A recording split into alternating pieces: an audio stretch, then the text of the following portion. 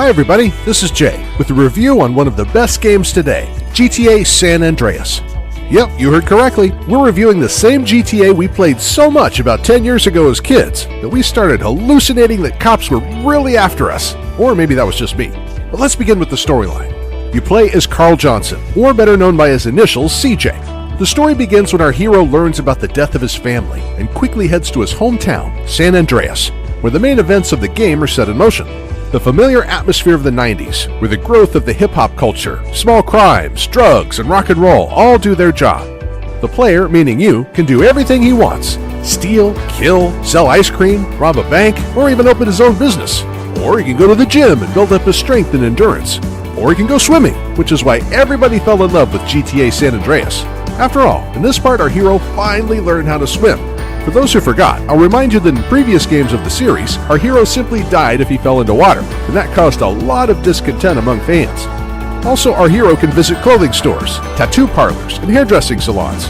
And the game world, conditionally, is divided into 3 islands with unique adventures that await you on each of them.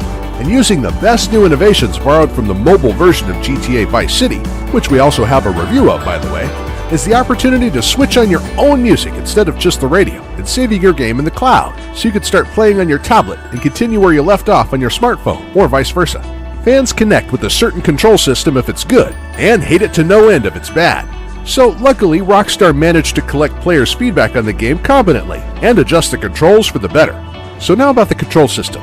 The screen is conditionally divided into 2 parts, left and right. On the left, we have the joystick, which we use to move our character or vehicle. And the control buttons are on the right side. Shoot, get into a car, etc. And now the shtick of the mobile versions of GTA. Contextual keys which appear only when it is necessary to execute a specific action. For example, to take a photo or to fly a plane. Also, it is possible to change the size and arrangement of the buttons, which is a really nice feature. So what about the graphics? Well, they are also raised up a notch. Despite the original game being released in 2004, this GTA can boast some of the best graphics on mobile devices. The most obvious innovation, the emergence of realistic shadows and the reflections on cars in real time. But some of these types of features can make a graphics-heavy game slow down on older devices. But luckily, that doesn't affect the gameplay too badly. And now let's transition over to the only minus, bad optimization. The game demands a minimum 1 GB of RAM, and even with a high RAM requirement, the game still manages to lag. The lags are especially noticeable during fast driving. And as for devices with a large amount of RAM, the game goes rather smoothly and without any troubles. Now the results. Rockstar decided that their baby should be the best mobile game it can be, and we can agree with this. They once again managed to outdo the competition and to show why it is necessary to create and port such games for mobile devices. Because if you do it right, it could be awesome. That's all for today. Follow our channel, put like on everything, and join our Facebook group. This was Jay with reviews from mob.org. See you!